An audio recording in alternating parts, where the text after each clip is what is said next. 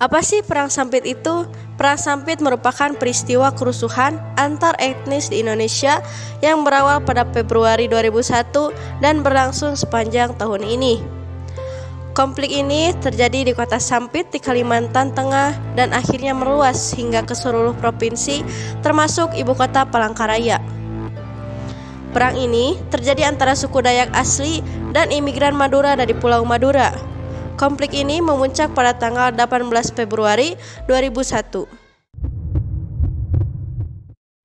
Latar belakang dari Perang Sampit ini yaitu: pertama, ketidakcocokan antara ketua etnis yang menyebabkan banyak terjadi perselisihan.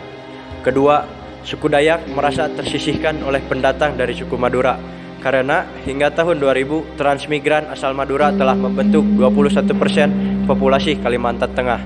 Ketiga, warga Madura dinilai semakin agresif menurut suku Dayak, terutama dalam sektor ekonomi pertambangan emas di sana. Persaingan ini kian menyulut api hingga terjadi konflik kecil-kecilan, hingga akhirnya konflik besar terjadi antara Desember 1996 sampai Januari 1997. Meski sudah mereda, ketegangan masih dirasakan dari kedua belah pihak. Keempat, kebiasaan dan nilai-nilai yang berbeda yang dimiliki oleh keduanya, seperti adat orang Madura yang membawa parang atau celurit kemanapun, yang membuat orang-orang Dayak berpikiran bahwa orang Madura siap untuk berkelahi. Kelima, lemahnya penegakan hukum terhadap orang Madura yang melakukan kejahatan terhadap orang Dayak sehingga terkesan penegakan hukum berat sebelah. Lalu, latar belakang yang menyebabkan memuncaknya konflik yaitu terbunuhnya warga etnis Dayak yang bernama Sandong yang dibunuh oleh beberapa warga Madura pada akhir tahun 2000 saat terjadi konflik antara Dayak dan Madura yang terjadi di Kabupaten Katingan, Kalimantan Tengah. Meski secara hukum sudah diselesaikan, tetapi pihak kerabat Sandong masih belum menerimanya. Karenanya, 300 orang Dayak berkerumun di TKP untuk mencari tahu siapa pelakunya, tetapi tidak berhasil ditemukan. Namun, warga Dayak itu meninggalkan jejak dengan merusak rumah, bangunan, dan kendaraan yang dimiliki oleh warga Madura. Akibatnya, 1.335 warga Madura di sekitar Katingan mengungsi. Lalu ada kabar bahwa pembunuh bersembunyi di Sampit, Kabupaten Kota Waringin.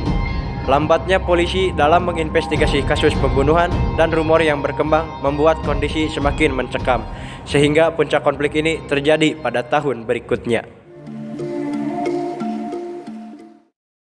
Kronologi peristiwa Sampit tanggal 18 Februari 2001. Pada tanggal 18 Februari 2001 pada dini hari, terjadi penyerangan rumah dari seorang warga asal Madura yang bernama Matayo. Rumah dibalas rumah. Kali ini warga Madura beraksi ke rumah Timil yang diduga ikut dalam penyerangan rumah Matayo. Meski ia berhasil kabur, rumahnya tidak terselamatkan. Tidak hanya rumahnya, rumah kerabatnya juga ikut hangus dibakar beserta seisi rumahnya. Selama 2 hari, akibat kasus Matayo, warga Madura di Sampit berani memukul mundur warga Dayak dari pemukimannya. Celakanya, ini justru memancing warga Dayak dari luar wilayah untuk berombongan mendatangi Sampit. Perang saudara antar etnis Indonesia ini tidak dapat dihindari. Beragam senjata digunakan, mulai dari tradisional seperti mandau, tombak, dan celurit, hingga senjata api dan bom rakitan. Konflik kian merambat ke kota lain di Provinsi Kalimantan Tengah, termasuk ibu kotanya Palangkaraya. Hampir 1.300 jiwa melayang yang sebagian besar adalah warga Madura.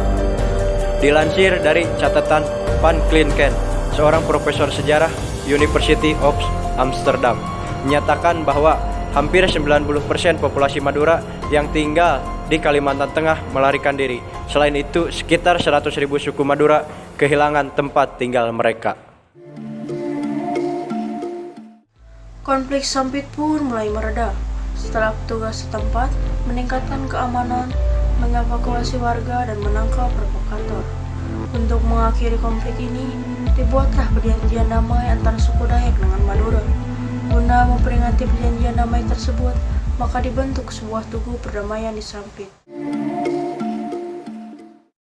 Dalang dibalik konflik kerusuhan Perang Sampit ini diketahui berasal dari inisial FA.SH, seorang kabid Litbang Perencanaan Pembangunan Daerah Kabupaten Kotim dan menduduki posisi sebagai Sekretaris Musyawarah Masyarakat Dayak Kalimantan Tengah.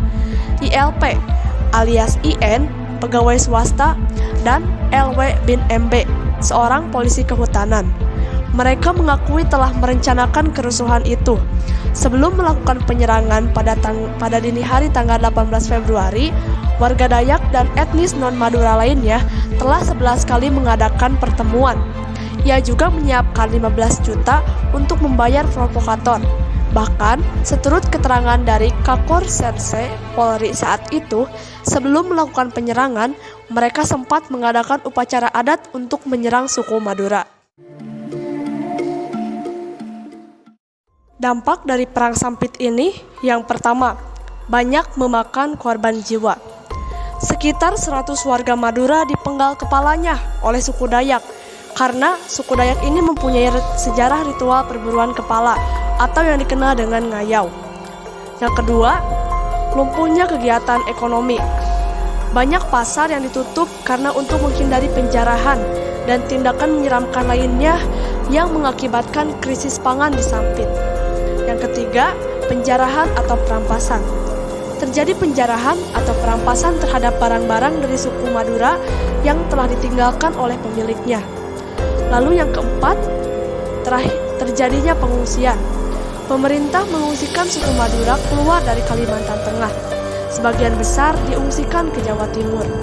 Pengungsian ini bersifat sementara sampai keadaan di Kalimantan Tengah kembali kondusif.